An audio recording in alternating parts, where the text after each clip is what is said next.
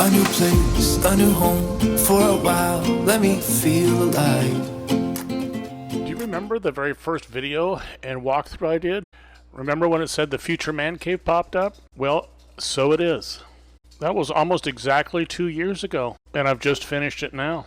Matter of fact, I just paid my rent 2 days ago. 25,000 pesos for the next year.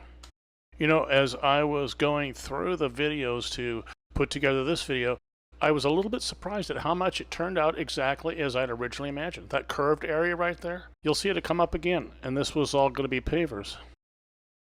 The house and the man cave have been my hobby.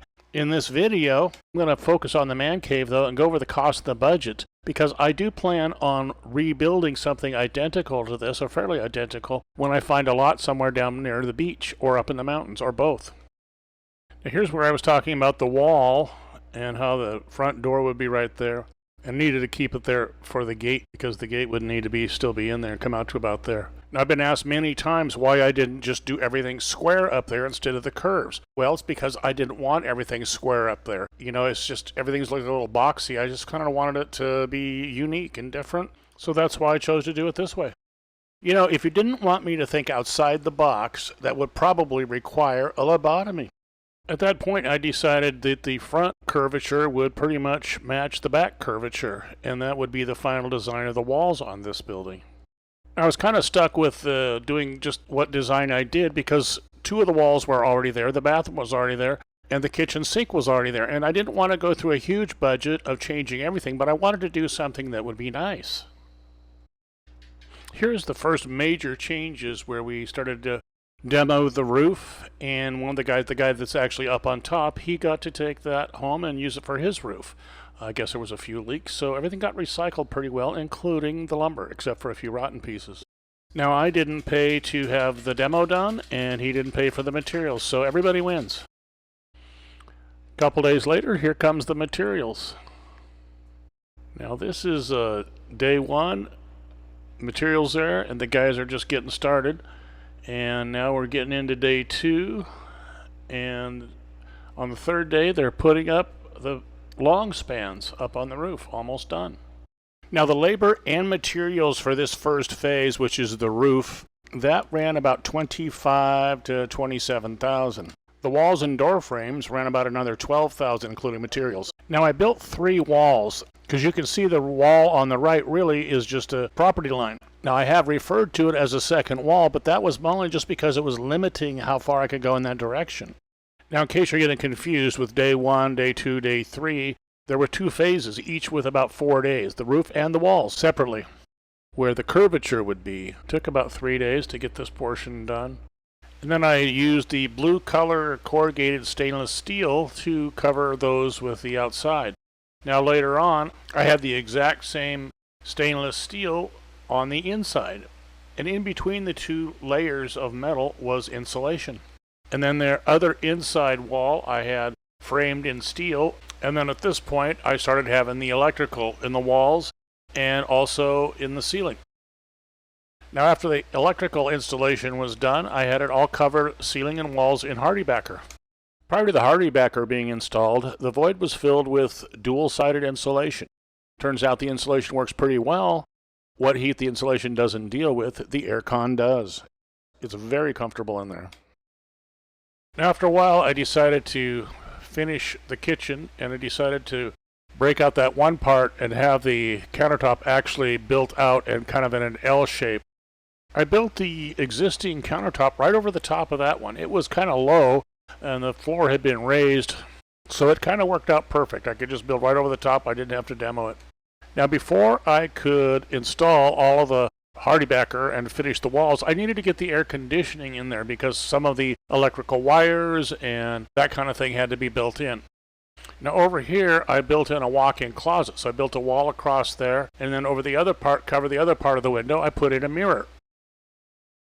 Over the bathroom, I needed to fix the ceiling because it had been leaking.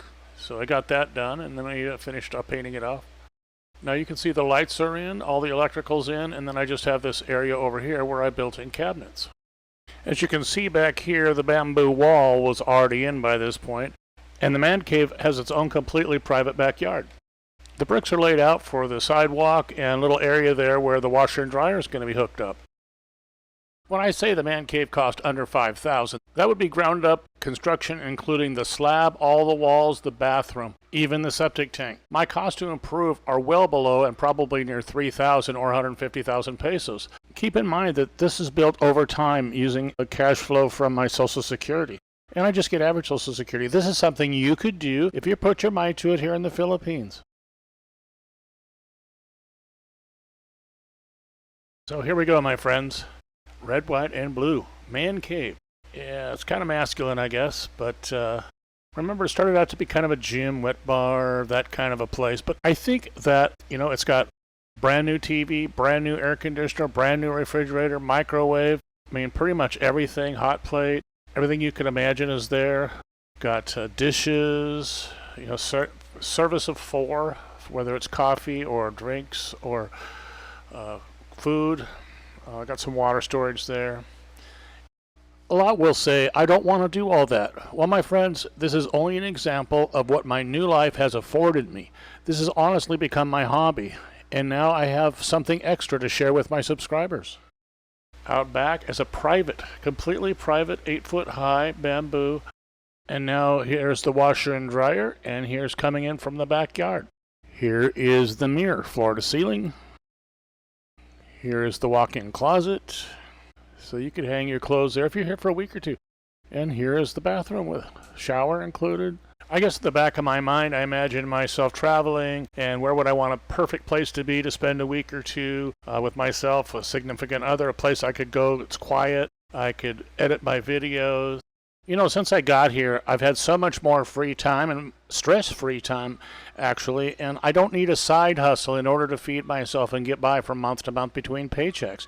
This has been my hobby. It's big, yes, I know, and you don't have to do anything this big, but just know that you will have the opportunity if this is something you chose to do, a little house in the province. As in all my videos on this channel, nothing I'm doing is a suggestion for you to do. It's only an example of what I have done and been able to accomplish strictly on my Social Security income. Hopefully for you, it will challenge your imagination on how a life can be for you if you're not happy with the one that you're living. The cost of living here is so much lower that I live this life. This is what I accomplished. These are my accomplishments. If you've enjoyed this video or my video series, please like, subscribe, and share with someone who may be interested to come to the Philippines or with a family member who's not sure about you coming to the Philippines. A new place, a new home. For a while, let me feel alive. Nothing to hold me back.